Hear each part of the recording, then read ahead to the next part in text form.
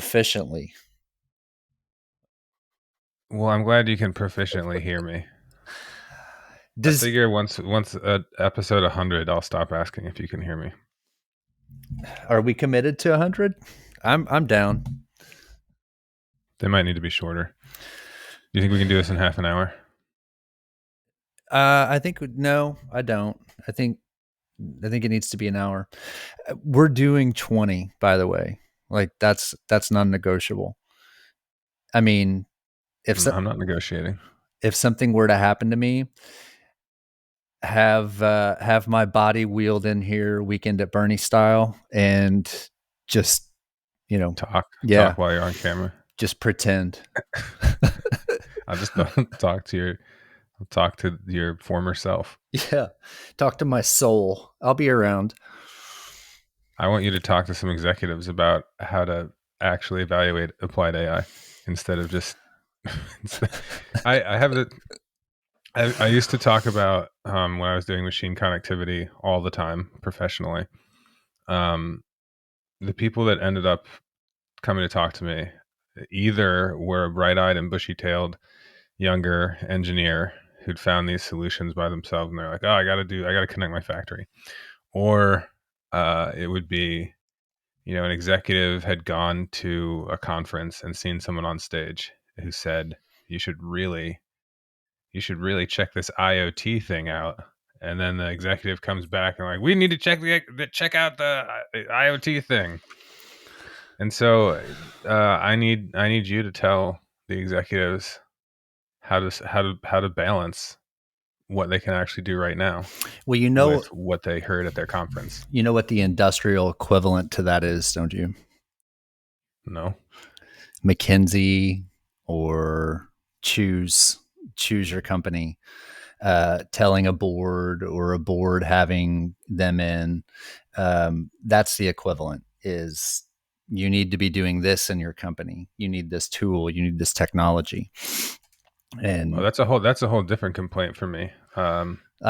do tell. This is meat. Let's get meat. Let's go red meat right from the top.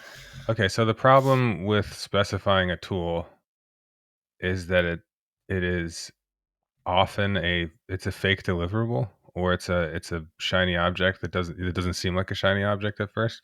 So if what you're trying to do is, I don't know, reduce your downtime or reduce employee turnover or increase your turnaround time or improve your tack time, any of these things that are valuable and valid manufacturing operations and business concerns, that's the point, right? But when you've been abstracted away from that thing long enough, or you've spent enough time, or a team has been spun up, or a bunch of teams have been spun up, or you have a bunch of layers of hierarchy between you and the problem, it becomes very tempting to get to a place where buying a piece of software and installing it becomes the perceived uh, directive, not fixing the thing that was meant to be fixed. Oh, so yes, that is 100% the case. And I think that is, I guess that's my that's the crux of this whole conversation really is, and it can be viewed from two perspectives. It can be viewed as I am company X, I'm the leader of company X, or I'm, one of the leaders of company X, and we want to develop this offering to sell to our customer base. So that's one perspective. The other perspective is we are end user, we're the leadership team of end user company X, and we need to purchase this outcome. We want to purchase an outcome, but outcome is used interchangeably with tool or solution or hiring a group of people, data scientists, AI engineers. And the outcome is a holistic solution, not a piece of software. I mean, So, conceptually, everybody wants to purchase the outcome, right? It's just in practice, that's not necessarily the case. but that should be the prism though, right? Yeah, right. So I'm going to play devil's advocate because I'm on your side, but the counterpoint to this is, well, if I want to buy one outcome, Great. Okay, I need a tool to get to the outcome, or I need a set of tools to get to the outcome. And if I have, the world is not simple. I'm not looking for an individual outcome. I'm looking for multiple outcomes. So there's a complex problem, and these multiple outcomes, enterprise software particularly is expensive and difficult to buy, so it better solve more than one of my problems. Saying this software will make us build jet engines is so silly that it's just not applicable. So now the software has to solve a bunch of things. So now that has to solve a bunch of things. Well, if it's solving a bunch of things, that means we're now abstracted away from what was the thing we were trying to solve. It's very circular, like super circular. That's what I want to talk about. Is I think if an executive is evaluating applied AI, first principle number one is obviously there's a desire to achieve an outcome, but am I purchasing, am I offering, is my team building tools or solutions? And there's a, I know I sent you the link for something similar, but I couldn't find the original, but there's just a very innocuous um, um, sort of press release about Andrew Ng's. He's an AI pioneer. I think the managing director of OpenAI, or one of the AI companies. And he has an industrial computer vision startup. I think it's beyond startup now, but it was just an innocuous press release of him having hired a traditional industrial automation expert to join his company. And he just sort of offhandedly made a distinction about, you don't, I'm paraphrasing, but you don't scale uh, machine learning or AI solutions, you scale tools. And I think this is the canary in the coal mine for executives across the board. Is, do you understand the distinction between AI tools and AI solutions? AI tools, whether you're building them with your company, or whether you're looking to purchase them from a vendor, those can scale. You can buy the tool if you have the people in place with the subject matter expertise to leverage the tool. The tool will provide value and sort of broad spectrum problem solving for your enterprise. If you're trying to create outcomes with AI solutions, who's doing that work? That's the fundamental question. And I'm going to get bullhorny, corner of the street, preaching about the end times on this, because this is the biggest disconnect, especially in the industrial world. It's the biggest disconnect that there is with this whole AI topic. Is you do not scale AI solutions. It doesn't happen. You don't do that. You don't train an algorithm and then send that algorithm out into the wild and expect that all your customers can purchase this and they can use it the same way. And this is the point that Andrew Ng makes, is that these are all unique. Every manufacturing facility, every hospital, every whatever, every building from an AI perspective, especially asset based, is its own unique engineered solution. So the question of solution versus tool is first principle number one. Are you buying or selling tools, or are you buying or selling solutions? So there's more to that discussion, but I want to take a breath and see if you have anything to put in. I mean, is solution synonymous with services in this discussion? It is. That's exactly what it is. Who is taking? So here is. Let's get into the meat of tool. Okay, most, I'd say 90, high 90s percentage of executives across the board, not just CEOs, but executives, especially in industrial companies, think that data collection equals the whole thing. Are we going to build a platform to collect data? Let's collect the data. It's the data collection is the solution.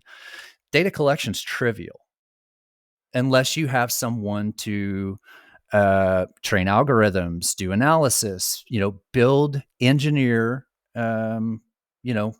insights off of that collected data that then generate an operational do different. And that's the big disconnect. Is there's a whole workflow beyond data collection. Data collection is key. It's probably the most essential because you can't train algorithms on data that you haven't collected, but it's a given. The data collection part is the given. The the engineered analysis that you derive from that is the key. And then the big question then becomes, who's doing that? Who is doing the algorithm development, the insight? Because we've established that that's a unique engineered solution for every building.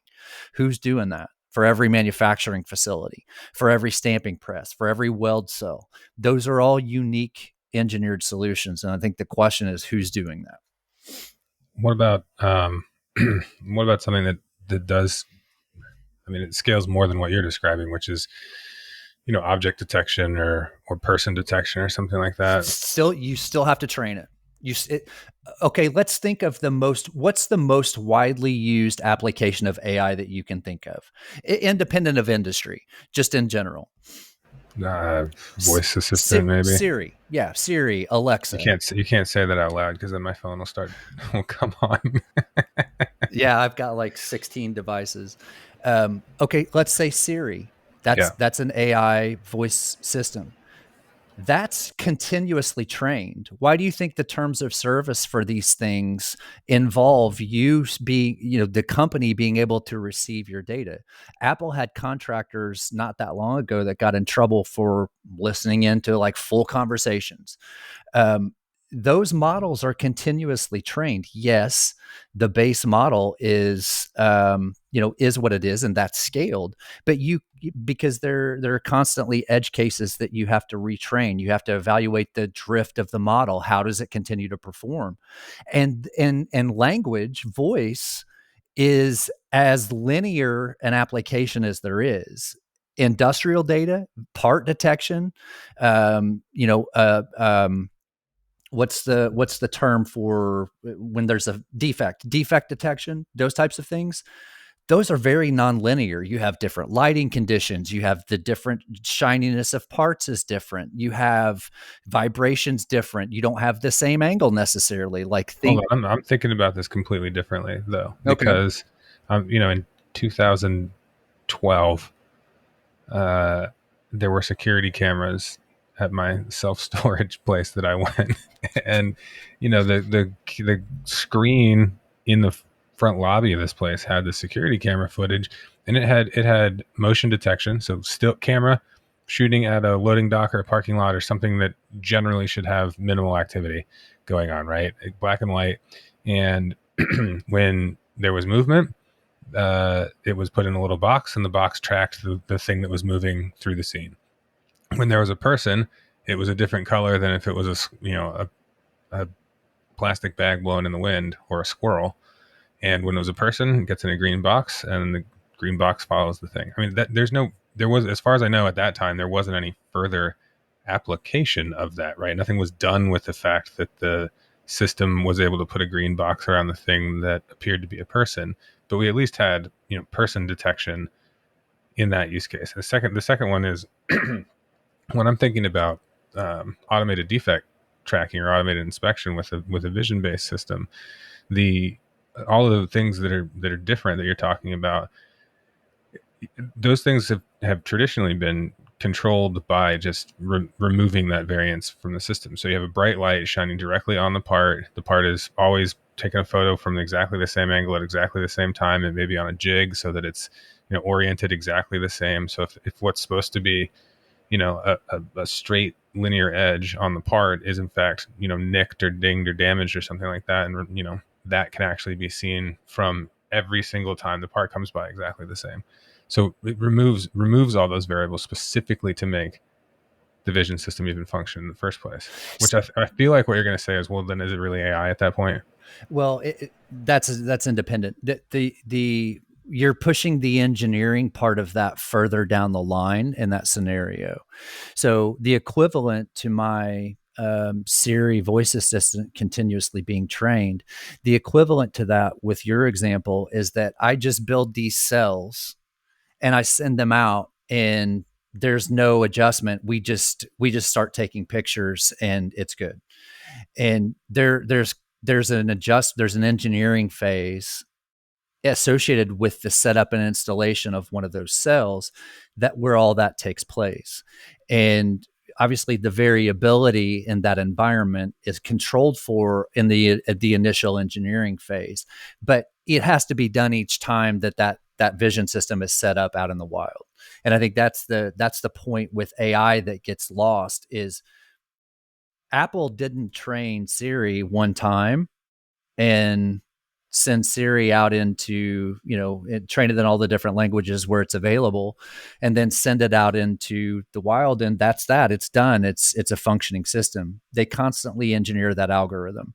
And I know from having worked in vision, your traditional machine vision, you still have to readjust things. You get vibration, the camera gets out of whack, the lighting changes. It it's a different scale of engineering, but you're continuously engineering those systems as well. I need my sample part so I can have my sample part on my hand conveyor. Where's my sample part? I can't reach it. It's out of reach. We'll have to use this. This is my sample part. This is the inspection line. But it'd be so fast you wouldn't even be able to see it. What is that simple part? It's the same. It's a guitar. It's the same guitar pedal I showed you yesterday. I know what it is. I was lobbing you a softball to I'm not. explain. We're not talking about guitar pedals. This is the. So the opposite of AI is a switch where this switch is open or closed based on pushing this button on top, and all it does is make a contact or non-contact with one wire that goes through it. It does. It's not. It's only got one plug. All it does is break or unbreak the circuit. That's it. There's nothing to it. Is it AI or is it not AI? It doesn't have a name, so it can't be a true AI. And once it's AI, it's going to be named Switchy and also harvest all your personal data and cost roughly 1,000 times as much. Throw a sensor of some sort, to put a humidity sensor on the thing. No, that's over there. That's on the other side. Then you need to patent the world's first AI enabled foot switch. Okay, now I need to find out if there's AI guitar pedals. Hey, I feel like it's the wrong audience, honestly. okay, line 6, sampling, AI, not AI. Oh, okay. I can do a good one of this one. So a fixed modeling amplifier of any kind where you have a circuit that is designed to sound like another circuit, or you have digital signal processing that is designed to sound like an analog circuit or another digital circuit. Definitely not AI. There's no learning. There's no reinforcement of any kind. It's digital is the only thing it is. But if you have something like a fractal axe effects or one of the like a Kemper profiler. Do you know this thing? Uh, So that Peripherally. so the profiler, you play your setup, amp of your choice, guitar of your choice, pickups of your choice, microphone of choice, placement of choice, whatever, room of your choice, and the Kemper profiler basically digitizes that profile and makes it so that then you can remove all of those components and play just with the Kemper profiler. What about if you have a device, a mixing board that has an AI enabled mixing engine that automatically adjusts levels based on the room? I mean, if it's doing that without any continuous learning, then I mean, there's no intelligence if it's never tweaked and never reinforced, right? Isn't that kind of the whole line of discussion that you've been pushing for here? Yes. Yeah. So, I mean, it might be cool. It might be useful. It might be very, very, very effective, but it still isn't really intelligent if it's completely frozen. So I don't know. Tell me if this is the case. Has machine learning or AI made its way into pedals or guitars, instruments, or mainly amps or sound equipment? Has it made its way into that yet? I mean, so the first, as a marketing term, no. And the place where it would make the most difference is probably in the production equipment, so in plugins and things like that. But like the idea that you're going to have continuous real time adjustment and feedback that by itself is not novel at this point. So you have like, yeah, Spotify. If you set up a Spotify speaker, if you set up a couple, you have to, hold your phone up in the room with the mic facing out, and you go to different places, and it plays a sound from the speaker of your.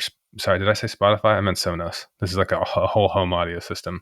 So you set up your speakers, and Sonos is not the only one that does this. A couple different companies do this. So you basically, the speaker plays a reference sound or a reference set of sounds, and then your phone picks up the sound from the speaker, and then those speakers adjust based on you having walked around a room while that sound plays, in order to give you the best profile of sound for that space. So I think all it does is EQ and volume adjustment and maybe some compression stuff.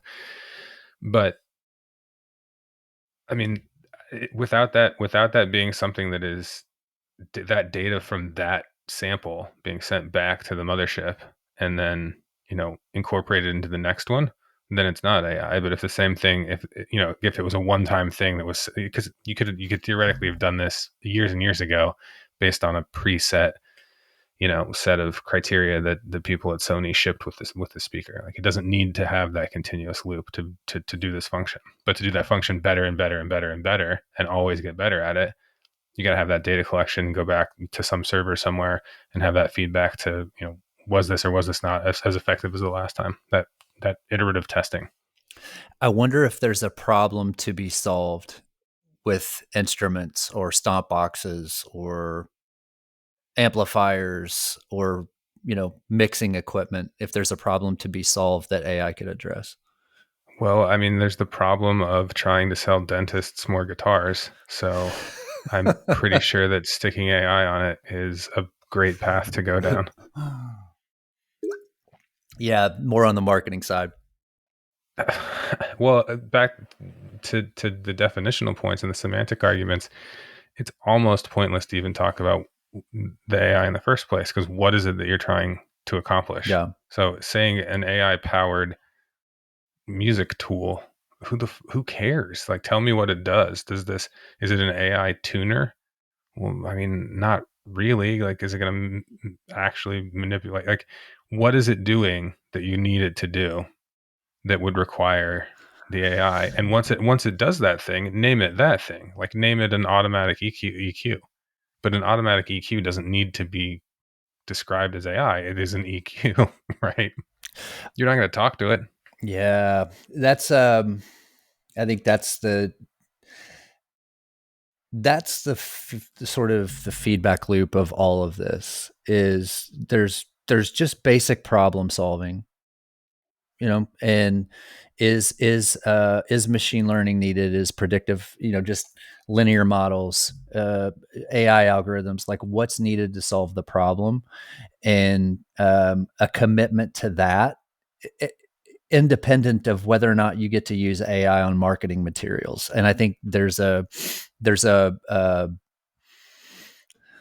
there's room for opportunity in thinking in that space. And so here's the other part. Why do I get like sniffle stuff? Like, as soon as I haven't had this all day, and the instant we start taping, I feel like my nose is running. You're allergic to AI. Maybe. Or maybe the universe conspires against me because I have my bullhorn at the ready. Um, I have an example. all right. I mean, all recommendation engines for songs across all services. I mean, those things are a very good use case for AI. Is it a piece of software that runs on the service itself, or is it a separate piece of software that, how do you, another story. It's interesting. I would say it's something that is baked into any service you use that tries to provide recommendations based on your previous listening, Hmm. or anything that's trying to provide contextual recommendations. Well, So I noticed that you're driving through. I noticed that you're going through the drive-through at a Bojangles. Would you like to hear some Toby Keith? see, I think Facebook and some of the others do that. I think, I don't know what they do, and if this is well known, then I look like a fool for stating the obvious. But I think they're able to, crawl your PC, see what, even on, if you don't use, say, whatever browser you use, whether it's Chrome or Firefox or DuckDuckGo or whatever browser you use, even if you don't have or use Facebook on that browser, I think they're able to sweep up that information and see like what your browsing activity is on, what your activity is on your entire PC or on your entire mobile device, and then turn that into actionable data, to sell you stuff, to sell ads. But I think that same type of thing happens across, it's a cross-platform sort of ingest approach, and I know Facebook uses it. I'm sure others do as well. I mean, so advertising, targeted ads, and recommendations. So recommendations meaning, I mean, the most obvious and common example is streaming media. So your Netflix, your Hulu, whatever you subscribe, those subscription services that are recommending you watch this thing or that thing. Your smart TV, which has a bunch of you know content that you don't know where it's coming from or why you have it, that shows up when you turn the TV on. That stuff is all recommendations, which is like, that's purely advertising, right? Like the I'm going to match a thing that a person did with the thing that they might want next. There's basically no white space at all between Terry, I think you'd love Gwar, and Terry, it would be, we really think that you should try this extra soft toilet paper, right? Like those two things. It's not that you like the toilet paper because you listen to Gwar. It's all of the things that the system knows about you, whether that's a closed system, meaning all we did was check out what other songs you listen to, and you listen to 4,000 Gwar songs, so we know you like Gwar, or we know that you bought 400 chili dogs at the grocery store, so we think you might want to try this new toilet Well, paper, right? Like the two can then merge, right? Like it can be, here's all your music stuff, here's all your shopping data that came off the your loyalty card when you scanned it, but they don't have to merge, right? Like it could be just unique to that grocery store, or it could be your Facebook well, stuff. the seminal example of that, right? Like, I just don't like that you said seminal after I mentioned Gwar. there was a there was and these are rough estimates. I don't know the exact specifics, but like an early teenage young lady, 15, 16 years old, that bought some things in Target, and Target's algorithm picked up that she's pregnant and sent her advertising to her house, of things for a pregnant person. And that was like, caused a big, caused a Kerfuffle. yeah, kerfuffle with the family. But that's like the seminal example of, there's something to that. And they're like nearest neighbor algorithms, so they're, it's not rocket science, but it's, again, one of the things that compute has allowed to scoop up all these data points and quickly, in near real time, in real time in some cases, but quickly make decisions based on that. But my, not a plug for Spotify. You mentioned Spotify earlier, I think when you meant Sonos, but my plug for Spotify, obviously nobody knows what their algorithms are. At least I haven't seen anything about it. But for me, the Spotify algorithms are so good. They have been for me anyway, in terms of exposing me to new music that is, I like. They're constantly, both in terms of playlists that I have, making suggestions to add songs to those playlists, but then on the discovery playlists that they generate and send to me, their algorithms are so good in terms of finding things or exposing me to things that, it's not like we listen to the most, there's a little bit of obscurity in the stuff that we listen to. I don't listen to your music unless you're taking me to a show. I've not put on those bands voluntarily separate from you. You I'm not sorry I went. you enjoyed that. I did. It was a great show. The So last one I went to with you. I gotta say this. So I went to this was 2 Sundays ago. Sunvolt. I don't know if you know Sunvolt. Um, Sunvolt for me is like my coming of age band. They put out an album called Trace. It's still, I think, one of the best rock records, even though it's like very rootsy. one of the best rock records ever written. It's a beautiful record, one of my all-time favorites, and they've been a band, a favorite of mine for forever. Well, I saw them. I haven't seen them in years, and they did. I think it's a 28 or a 30-year. They played Trace from top to bottom, and then they also did some songs off their new record, which are covers of Doug Somm, which is great. The record's actually really good. He's kind of notorious for this, Jay Farrar, but I saw them a couple Sundays ago here in town, and it was like he's with a different group of guys every time. These guys, it felt, no offense, like they'll never hear this, but it's like they barely knew the record, they barely knew Trace. It felt like it was a cover band almost, although it was Jay Farrar. I was really disappointed. Now, the juxtaposition to that is when we saw Lightning Bolt in DC, they blew me away. They were amazing, and they've been around as long or longer than Sun Volt, but still had the juice. Years. Yeah. They had a lot of juice left. The best part about that show, it was like an arrhythmic noise duo, and there were a bunch. The guys playing were like in their early 50s, and no joke, there were college kids dressed like they were going to go out for, I don't know, the beach basically, and they were just like bopping along at this show, and I'm like, how did these people find out that this was the thing to go to? And they were having so much fun. It was a good show. It was, and that's what, for me, that's the music that I'm drawn to. Is it's kind of hard to quantify who the audience would be. It's kind of hard to say what the music is. Like I've never been able to say I have a favorite band. That's kind of hokey, but I do have a favorite band. Have you ever heard of Hella? From you, yeah. Yeah. Well, this is a band that there's no, there's no, you can't tell what this band is. Is it a jazz band that's just turned up really loud? It's the best drummer you've ever seen in your life. I mean, the Zach Hill is amazing, but I'm drawn to music that's sort of, it's kind of hard to pigeonhole it, but I also like old country music too.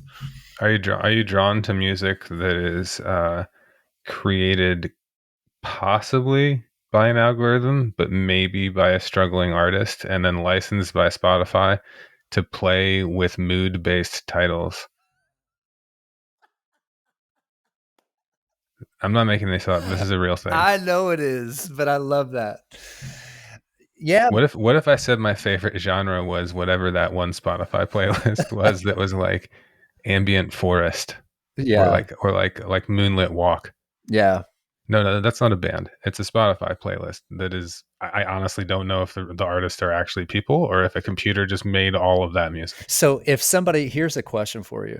If somebody's like really into Kenny G or Yanni or one of those types, um, how, like what corner of the world does the Spotify algorithm have to scour to bring in similarities for that playlist?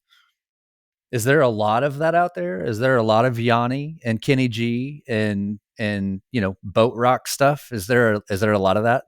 Okay, you've made a terrible mistake bringing this up, because I whenever anybody takes a dump on Kenny G specifically, Yanni less so, because I find his music less generic, and he seems more interesting as a person, and also seems like more of a dynamic, interesting musician as well. But but Kenny G is one of the greatest selling musical artists of all time. He sold well over 75 million records. He's like right next to Michael Jackson. It's unbelievable. I don't know a single person who voluntarily listens to Kenny G. I've never known anyone that voluntarily listens to Kenny G.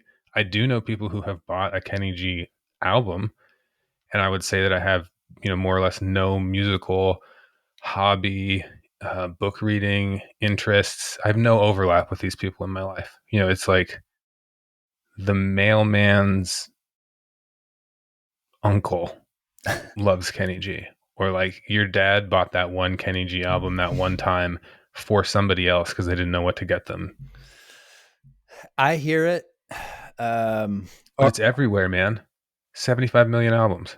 I have no opinion about the music. I know next to nothing about it. I think that the thing to take away here is that the world is a big place. for sure, but A lot of people are listening to Kenny G. the question, I respect that and appreciate it. The question is though, is if I'm a Spotify algorithm, like how far out into the weeds do I have to go to find people some more Kenny G to listen to? If I'm like what's the pool, what's the reservoir of Kenny G nearest neighbors?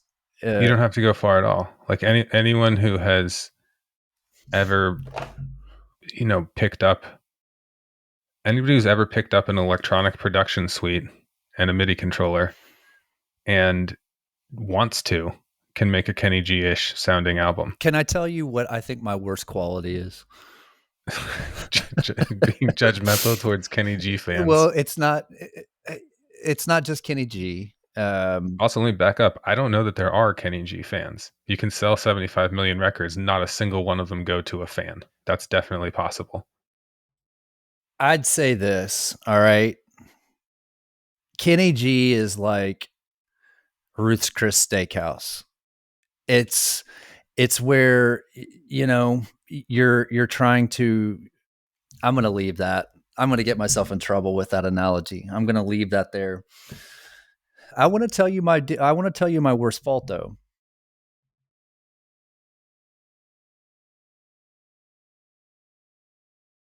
What is it?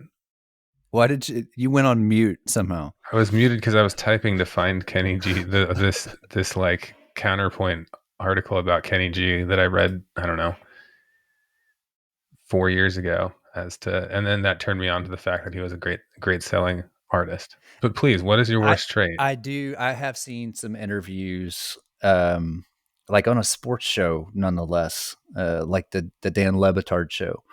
Yeah, They've had Kenny G on a time or two back. I don't listen to it anymore, but back when I would hear it driving around, and he's actually good natured about the whole thing. He doesn't take himself or all of the shtick or the sort of the stuff surrounding him and his music. He doesn't take it too seriously. Why would he? He probably has a really nice place, and he's made a chunk of change off that.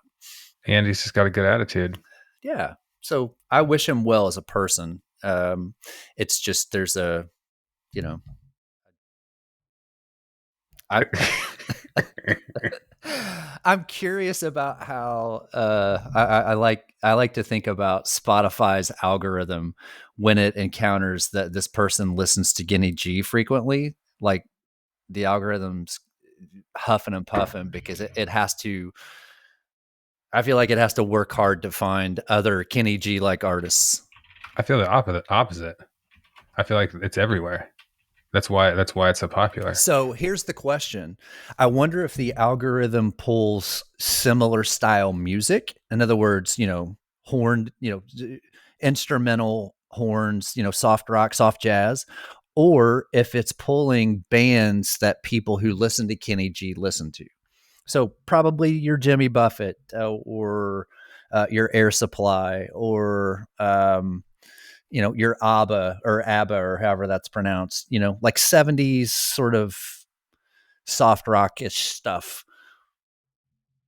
I think it's going to be just jazz all the way down. I think if Not you're real listening to jazz. No, no way. No way. Real jazz. I mean, I'm not sure how else to classify. Well, I mean, smooth jazz is the official contemporary classification, right? Like if we had to put this onto a terrestrial radio station, we're talking about a smooth jazz format, and there are a lot of smooth jazz artists. I don't see. I think even like Jimmy Buffett isn't smooth enough. It's like Kenny G is not just fit for a beach. He's fit for a chilly winter excursion to some Ruth's Chris Steakhouse for dinner, followed by seeing the Rockefeller Center Christmas tree, and popping out that engagement ring from K Jewelers. Shit. Like it all fits. It all fits. And yeah, Yeah. there's a bunch like smooth jazz. There's a bunch of it. Some of it I like, not very much, but a little bit of it I like. Real jazz, which I have a lot to dispute with the notion of real jazz in the first place, but real jazz I do not listen to at all. If it comes on, fine. If I go someplace where I'm drinking and it's being played live, I'm definitely down for it. But will I put on a jazz record? No, I will not. Do you know Thundercat? No, He plays jazz fusion. He plays a 6-string bass. that's it. Like just him and six No, string bass. no, he Thundercat, whose name I don't know. Much like I don't know Kenny G's actual name. Thundercat plays a 6-string bass and sings, and his music is I would call his music jazz fusion of some kind. But even that, like genreism is hard because there's always another slight variation. You know, I can't help going to these places, but for me, I can't say there's a style of music that I don't like or do like. I I can say definitively that I can't stand new country music. New country music. Love old country music. New country music I can't stand. It's a caricature of it's whatever. But Casey Musgraves, Taylor Swift. I know those names, but I don't know that I've heard songs. Um, You might like them. I don't think so. I don't think so. No, I've decided that already. Well, I mean, that's how I feel about jazz. No. But here's the thing. Like I can tell whatever the style of music, if somebody has something to say, like if there's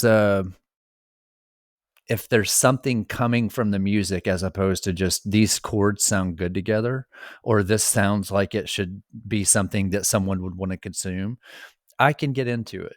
Like there's no, I don't have a set style. Do you ever go deep crate digging, like back to stuff that's from? I have two racks of, yeah, I'm cool enough to collect records. I have two racks of records right over there that came from a local thrift store, a Yeah, they sell pawn they shop. sell records at Target now. So sorry, I like know, that's not a yardstick for cool anymore. but If you go to stuff that's from, call it like the late '40s to the mid '60s, go to the record store, go to the thrift shop, go to wherever they have the old records that have all been discarded, and much like now, as you flip through this stuff, it'll be like junk, junk, junk, junk, junk, junk, junk, junk, junk. And the idea that all the music from some other period is good and all the for music from sure, now. The thing that really strikes me about it is the whole purpose of music, like the collective enjoyment of music and things like that. I mean, it's always going to be of its time. So like all this, just because a bunch of music got made, it's just a series of albums that look about the same. They sound about the same. None of it resonates with anybody now because it's not like what they're used to hearing. And it's not that old, like it's not that long ago. But like no, you can't relate to any of that stuff. It's a few artists that you can actually like connect to from the 50s and early 60s, and then the stuff like towards the end of the 60s and early 70s, that's the stuff where, most people who are alive now can in some way relate to that music unless you're, under 15 or, over 75. I don't know, man. I listen to the Carter Family, and it hits me, and that's as old as it gets. Like I mean, not as old as it gets, obviously, but there are I feel like there's a haunting aspect to things from the 20s and the 30s and older time periods. I connect with that. I like the older sort of I like to hear things that are out of place sonically. Do you like what is it? American Folkways. Do you listen to those collections? Oh, the like I brought my brother that what's the guy's name that did those? Oh, what's his name? I wanted to do that. My brother and I talked about I don't know his name.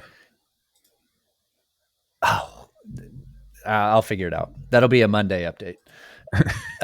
My brother and I talked about trying to do that in Pentecostal churches, like, the woods of Virginia and North Carolina, the like last vestiges of Pentecostal churches. Yeah. You've never experienced simultaneous amusement, horror, honor, like it just this Pentecostal music services are unlike anything you've ever been to. But those like old, 40s, 50s, 60s Pentecostal services, the music from those should be preserved somehow.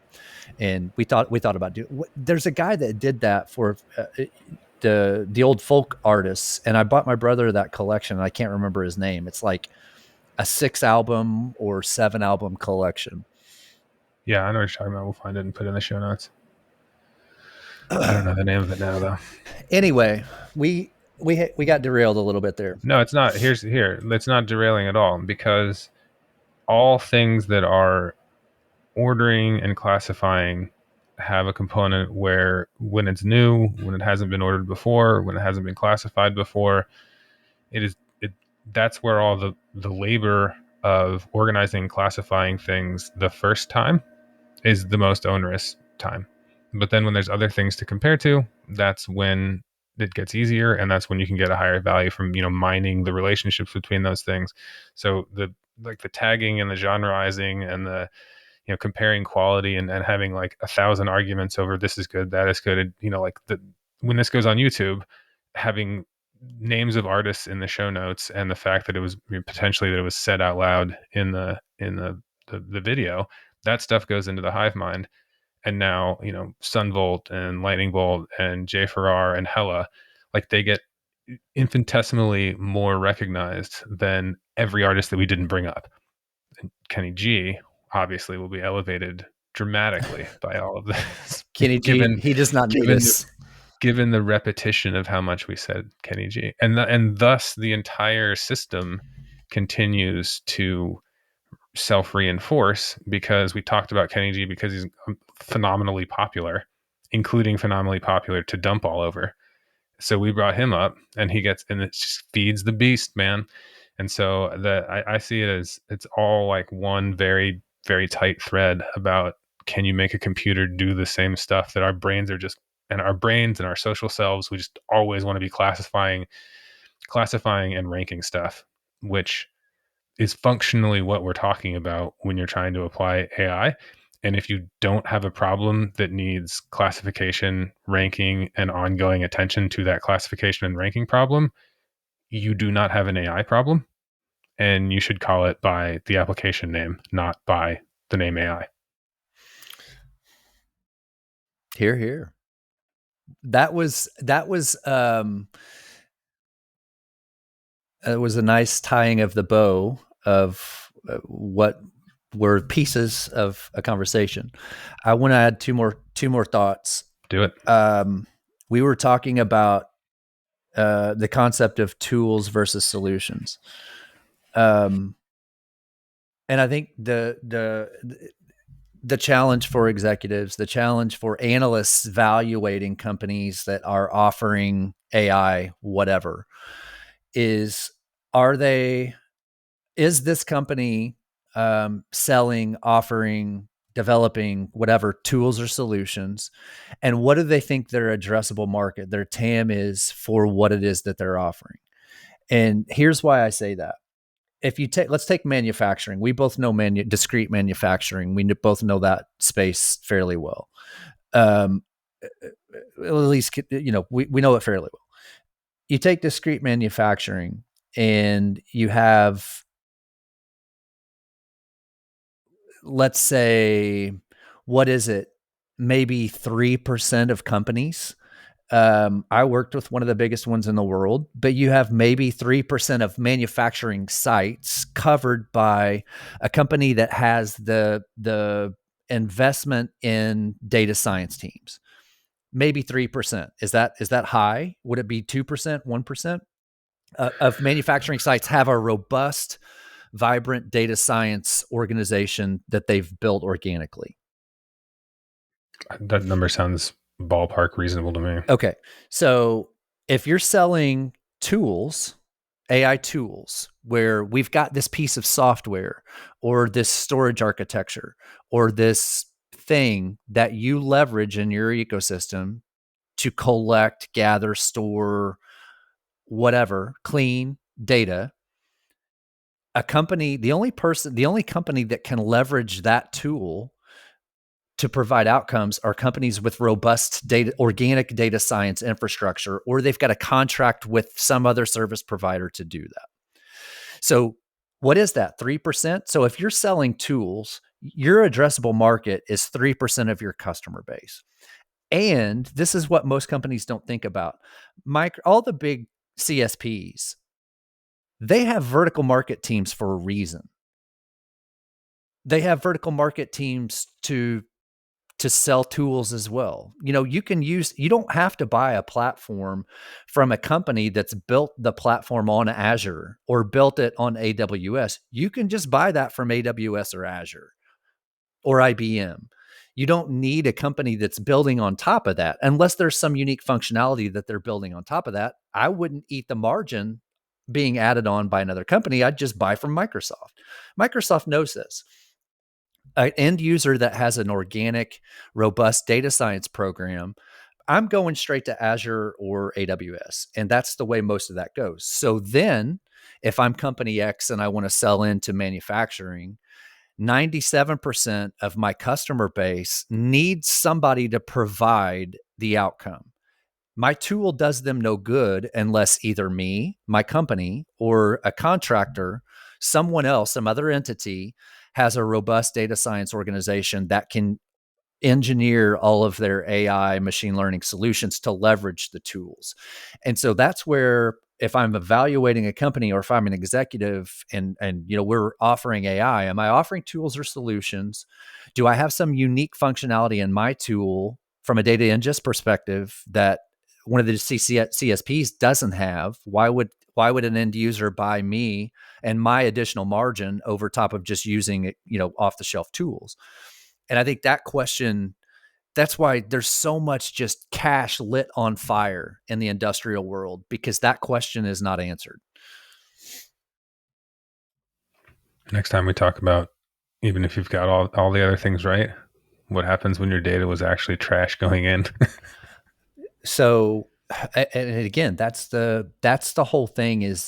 That's the prism for all this, is that these are engineered solutions. You don't like get to piecemeal a tool and expect an outcome. These are problem solving.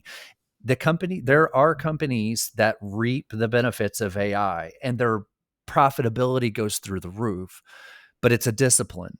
It's a team of data scientists and engineers and business people. It's a collaborative effort where people are solving problems, and the company, the firm, the end user has the discipline to uptake or ingest this output and do things different operationally based on the math.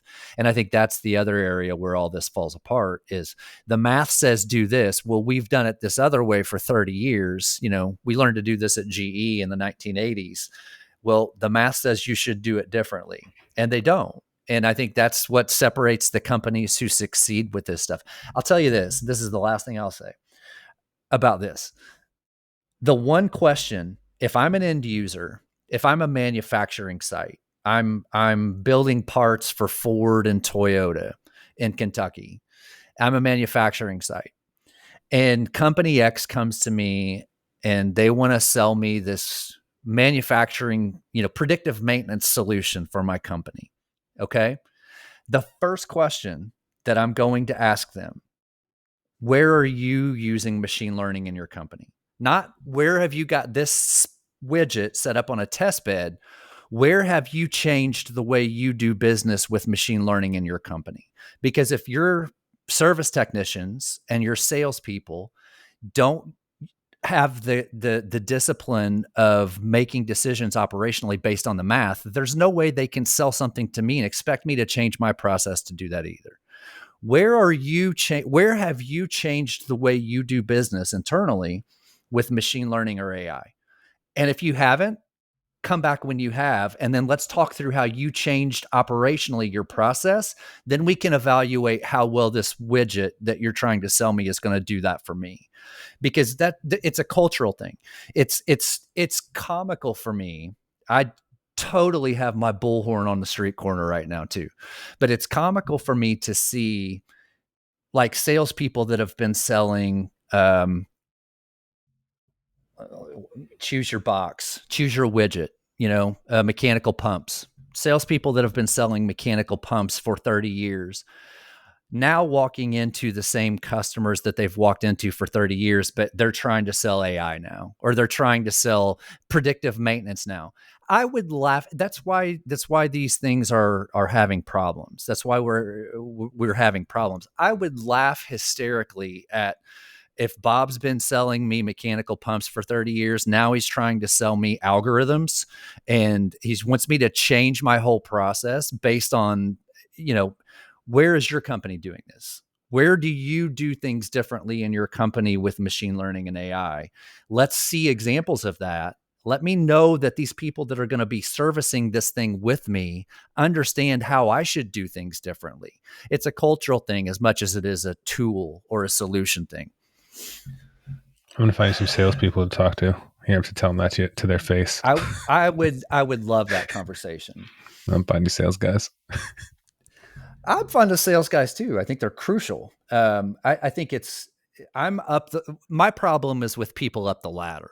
My problem is not with salespeople. My problem is with It's Kenny G listeners sitting in there. They're the same people. That's the whole point. I know. They're the same people. Give me this mindless stuff. I don't have any intellectual curiosity. Right. I don't want to know how AI works. I can spell AI. Therefore, everything we're doing is AI. Let's send our 20,000 sales reps out into the field and we're going to sell AI. Well, we're not actually doing it. Why is that? Well, Kenny G is not real music. That's why. You heard it here first. Let's take it out. Oh, I feel like I should say something about puppies and kittens. Here's some music. See you next time, Terry. That's pretty Kenny G-ish. I wrote this.